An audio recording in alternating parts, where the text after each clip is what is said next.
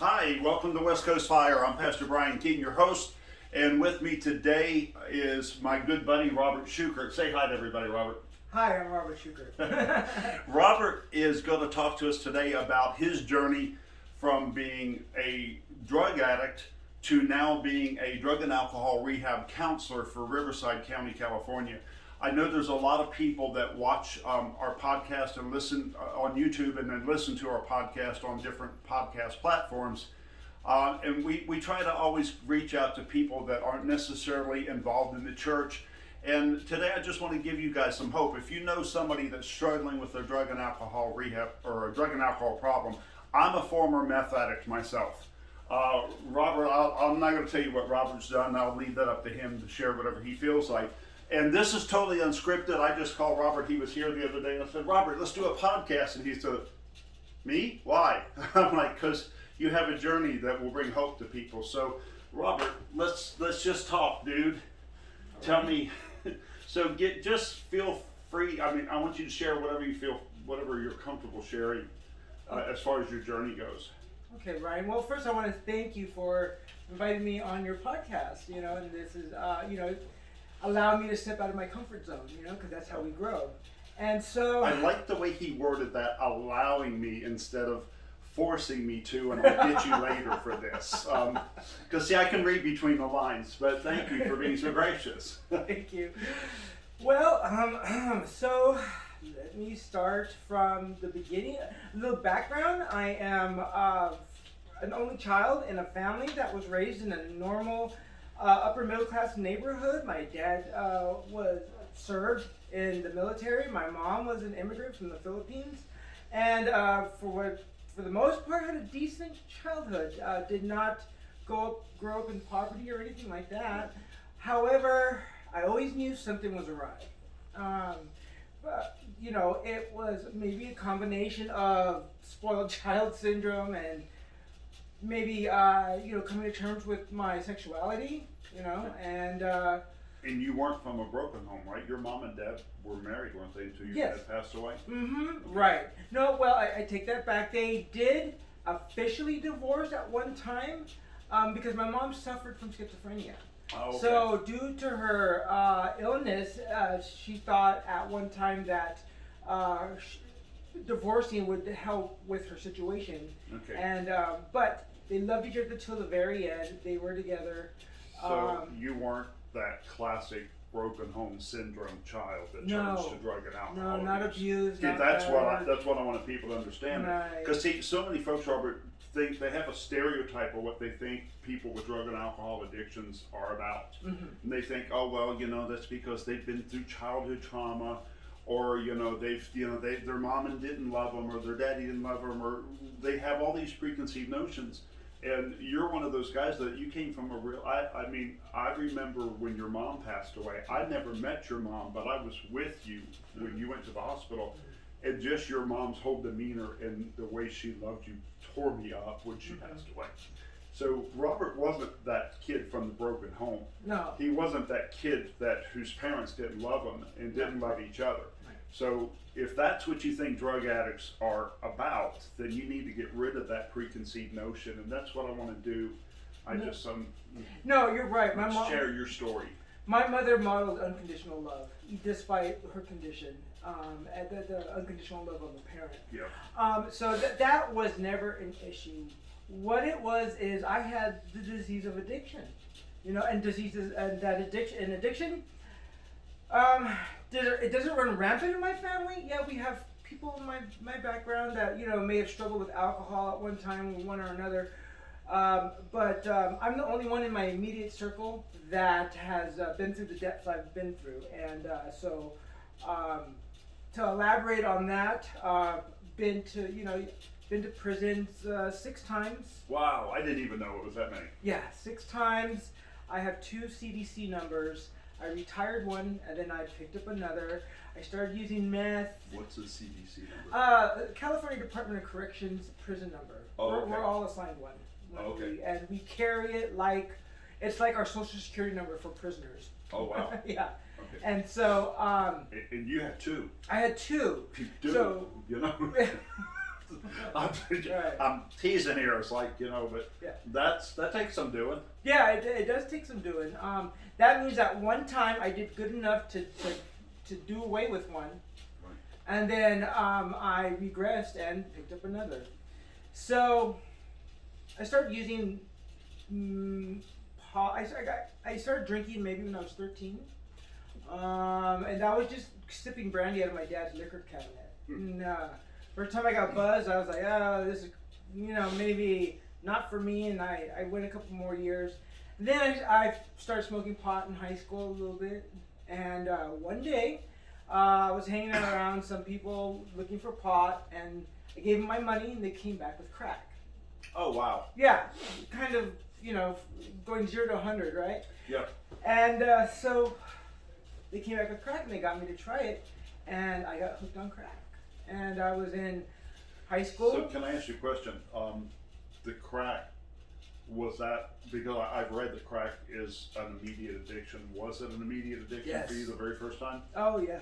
I spiraled down faster on crack than on any drug I've tried before. Okay.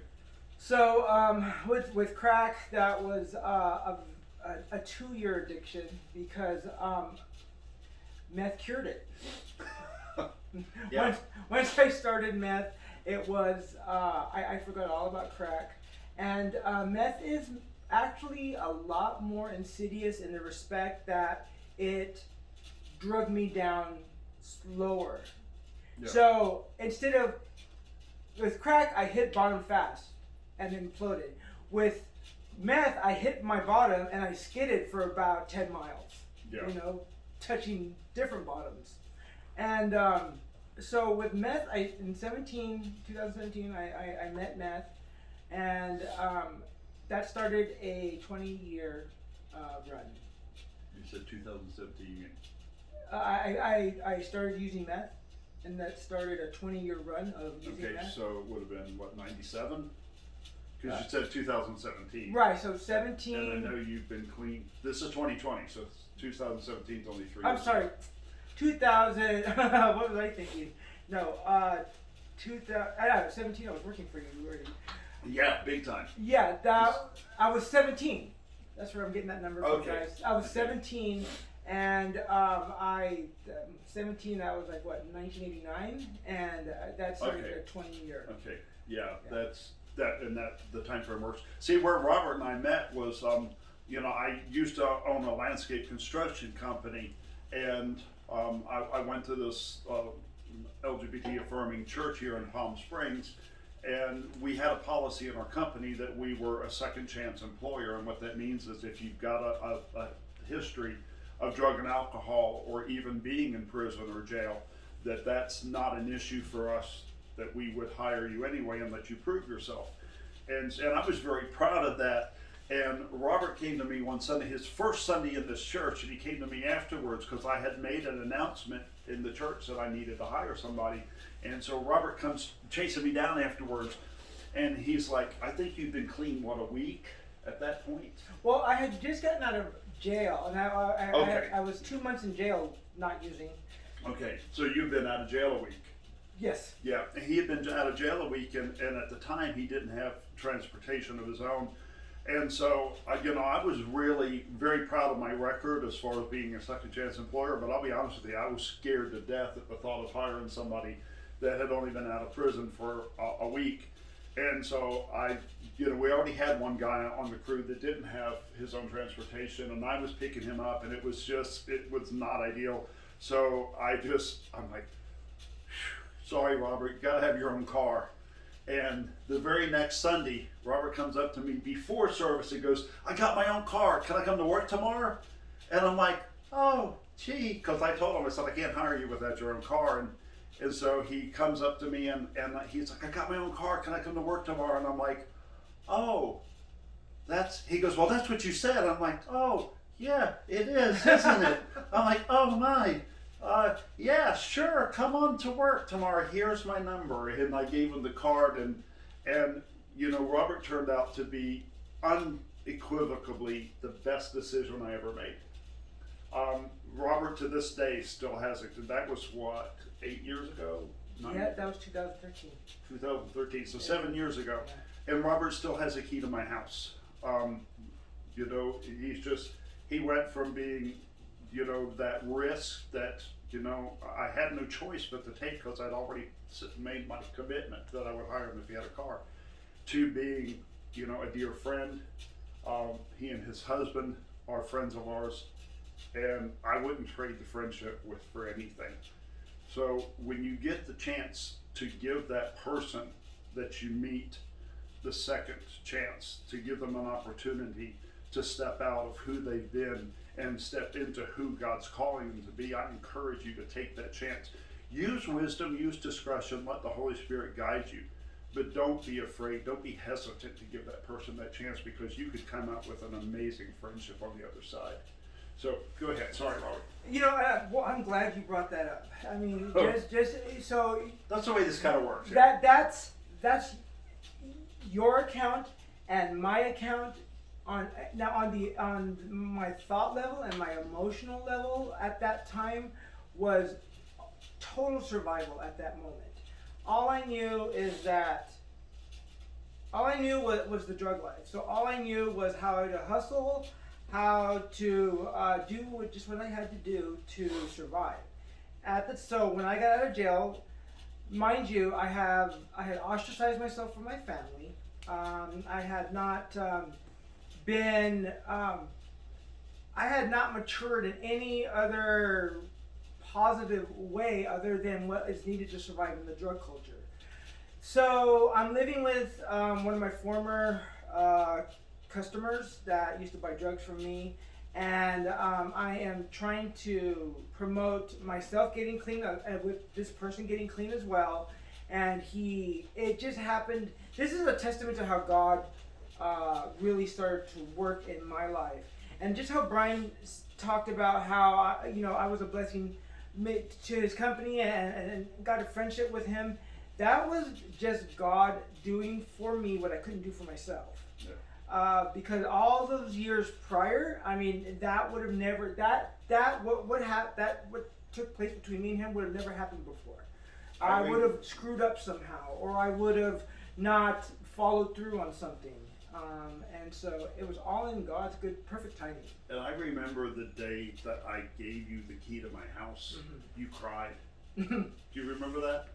I think we've had a lot of, yes, I do. You cried. Yeah. Robert cried, and I said, why are you crying? He said, because nowhere in my wildest dream would I ever have believed a couple of years ago that somebody would trust me enough to give me a key to their house. He said, Brian, I'm not the guy that anybody ever trusted. Mm-hmm. And that, and afterwards I'm like, Lord, did I make a mistake? But I mean, we're just being honest, but yeah. It's just something that God does, because right. I'm not a person that gives people keys to my house. Mm-hmm. And I've never asked for it back, even though you haven't worked for me for a couple of years. Mm-hmm. But I love watching your progress, and I've watched you do the stuff, as they say, in the rooms. Do the stuff. The rooms are in the rehab rooms. They call it doing the stuff, doing the steps and all that. But I've also watched God do for you what you couldn't do for yourself. Totally. You're definitely a testament of work and grace. Yes. Paul says, show me your faith and I'll show you my works. I'll show you my works by my faith by my works. Right. And you've definitely put in the work. Thank you. It has not been easy, but it has been worth it. It has definitely been worth it. I can look back now in retrospect, and I can see all the times that I used to regret things. I regretted making that choice or making that choice, and I can look back now and look, that was all on God's timeline for everything to either be a blessing or a lesson. Amen. And it was just repeat that. Say that louder for the people in the back. Everything. I've gotten to a place where I can look at everything in my past as a blessing or a lesson, and the blessings that I received, I am grateful for, and gratitude keeps me content. Because when this addict is not content, or this former addict is not content, then I start wanting to use old survival skills to, fulfill what I think I need. Right. But with gratitude for everything that God has done for me, I am so content in my life today. I do not want what I don't have. My life is not, rainbows and unicorns, but it's a life beyond my wildest dreams that I would have ever had, had I not relied on God to bring me this far. Okay, let me ask you a question. And I think I know the answer, but that's the fun part of this being unscripted. Uh-huh. How has the stuff that you learned, those lessons / blessings, how have you been able to incorporate that into making a successful marriage? Because I know that wasn't, successful relationships were not something that addicts typically have. Right. Matter of fact, addiction is what destroyed my relationship after 8 years. Right. And I know that you've got a very successful marriage now. How have those lessons / blessings affected your ability to navigate through? Because every couple has problems. Every couple Right. sails through storms. Yes. But has this affected your marriage? Well, absolutely. I mean, it's all about how you grow from those lessons. In a relationship, you have to grow together. It's like any Dear Abby advice. You have to compromise. You have to. Amen. Compromise. You do right, and you have to give a little. You got to take a little, and but there will be some trials and tribulations, and you just have to be able to grow from those lessons.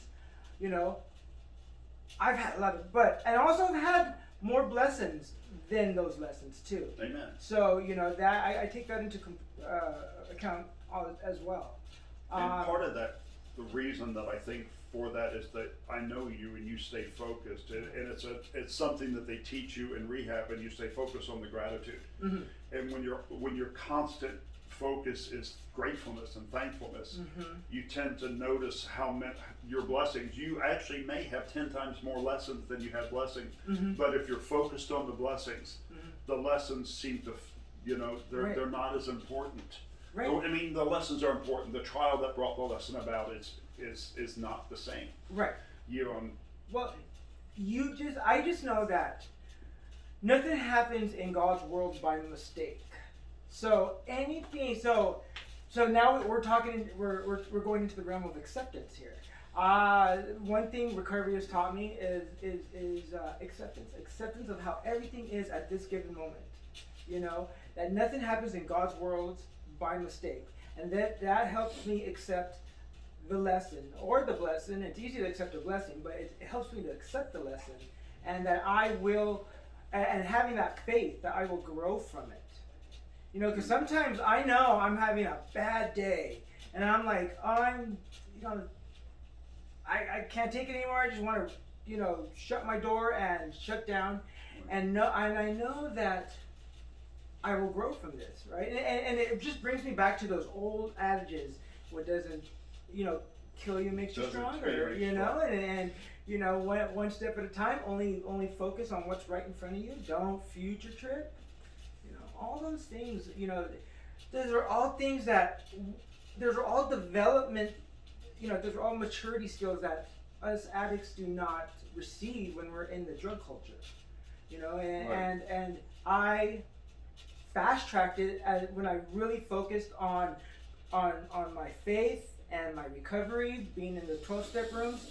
I learned more in the last 7 years of recovery than I ever did in my 20 years of using. I matured more.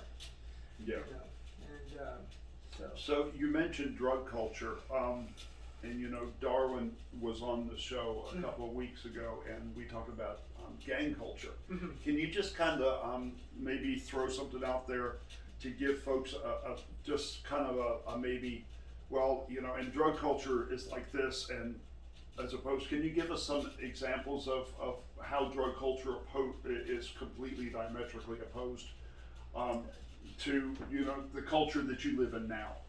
Okay. For folks that have never been involved with somebody, because if you're dealing with somebody who has addiction problems, You need to understand where they are, and it's not just where they are, but the mentality of the culture that they're part of. Right. Because it is a totally different culture. It is. I did things when I was in drug culture that I would never have dreamed of before or after. Right. But can you just like kind of address what is kind of typical for drug culture as far as typical mentality in a couple of different areas? Well, Again, I'm putting them on the spot here. okay, so from personal experience, drug culture to me was all about what Robert wants. You become so self-serving that even my mother, who was sick and elderly in a nursing home, I thought it really, drug culture really, first of all, warps perceptions. So your perception of how I thought that that I was doing my family a service by not being around them or having contact with them so they didn't have to see me like that, when actually it was neglect.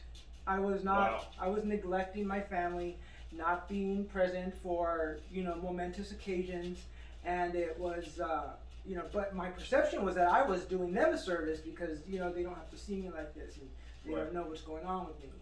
Another comparison would be, morals and values in general. I got used to shoplifting and I got used to all these hustles. I mean, just not to go down, air all my dirty laundry, You but don't need to. yeah, but that mentality, it's. Right. I think you hit it when you first said it's all about Robert. Right. It's all about me and what I need to do to satisfy my addiction. I believe in the disease model of addiction. I believe it is a disease of the mind that it has no cure at this time, but it can be treated. Just like diabetes, just like HIV, just like cancer. It's a disease, but there is a treatment for it. No cure, but there is a treatment. And the treatment is a combination of spiritual, emotional, and physical healing. Amen. Yeah. And one of the things that I know that when I came out of the drug culture, when I came out of addiction and looked back at it, one of the things that blew my mind was how easily, and as part of the drug culture, how easily we could justify what we did. Yeah. Because I remember, I'm going to tell him myself here, I put Robert on the spot and asked him to bear a soul. I can remember one year at Christmas, going out on Christmas Eve, telling my partner that I was going to go get him a Christmas present. And that was in the back of my mind, but what I really wanted to do was go see my dealer and get high. Mm-hmm. And he was Italian, and Christmas Eve was a big deal, and he was going to fix the big Italian dinner for him for Christmas Eve, which is always seafood. And I told him that I was going to go get him something. I said, I'm going to stop off at Christopher's house afterwards. And he said, oh, I won't see you till midnight then. Mm. So I went to my dealer's house, got high, never got his present. I spent his present money on drugs. Mm-hmm. And I remember staying there, and at 9 o'clock, because I left at like 4 in the afternoon. Mm-hmm. And I remember at 9 o'clock thinking, wow, I really need to get home because he's going to have dinner ready. And then that mentality that an addict has said, well, he already said he wasn't expecting me till 12. Yeah. So I showed up at 11:55, right. Walked in the house is completely dark. I turn on the dining room lights, and there's my dinner on the table with candles that are burned out. Mm. And I just stood there and cried. Yeah. Because I realized, I had justified it. And the whole time that I was justifying it, the whole drive home, I'm thinking, I'm going to show him I'm 5 minutes early. He's not expecting me till noon anyway, right. Or midnight. And that's something that addicts do. Yeah. Well, you're lucky you were able to cry over that. A lot of addicts are so numb and detached at the depth of addiction. They don't even have emotions like that anymore. So that's a blessing. That was a blessing you could cry like that and have some kind of remorse, because a lot of them don't. Yeah, and that was one of my aha moments. Ah, yes. Yeah. But it's, it's it is an addiction, and I do believe what Robert said. I do believe it's a disease. Because I got, when I started smoking meth, it cured my smoking cigarette habit. And then when I stopped smoking meth, all of a sudden I had a drinking problem. I'm like, well, where did that come from? I'm like, well, you've always had a problem. It's just been from one thing to the other. When I was happily married and I was part of Benny Hinn's church and all that, I didn't have any of these problems because my life was just amazing. Right. But like so many people, society gets so angry because, or so misunderstood, what's the word I want, not misunderstanding, but so, help me here, Lord. They just don't get why we do what we do as addicts, when we're addicts. I am not an addict anymore. I am saved, healed, and delivered by the blood of Jesus Christ. But I know it's Him that keeps me that way. It's Him that keeps me from the stuff that I've done in the past. But they don't realize that it truly is self-medicating. Because there's something going wrong in your life, and you're trying. That's usually where it starts. You're trying to fill that void. Right. You're trying to numb yourself temporarily so that you can get through that moment or through that night. And for people with addiction, it usually starts out at night times, and I'm sure you probably have that experience too. Night times are worse when you're alone at night and you're like, especially people with drinking problems. That's one of the things that you have to get through, and it's really important to have a network. Loneliness is a big trigger for a lot of addicts. For a lot of people, and you can be doing great, and lose a relationship, and all of a sudden that drinking problem that you haven't had, that you thought you conquered, that you haven't had to deal with for years, all of a sudden you're fighting it again. Right. Or that desire to just, because most of the time it's just a desire to get numb and to check out. So what advice, we're going to close up in just about 2 minutes here. What advice would you want to leave with people? Because you are a drug and alcohol rehab counselor. Now, this is what Robert does for a living, is help people. What advice would you like to give to people that maybe this is the first time they're having experience, listening to somebody that's made the journey that you're making, and maybe has a friend or a relative that's not there yet? What advice would you give to the people listening?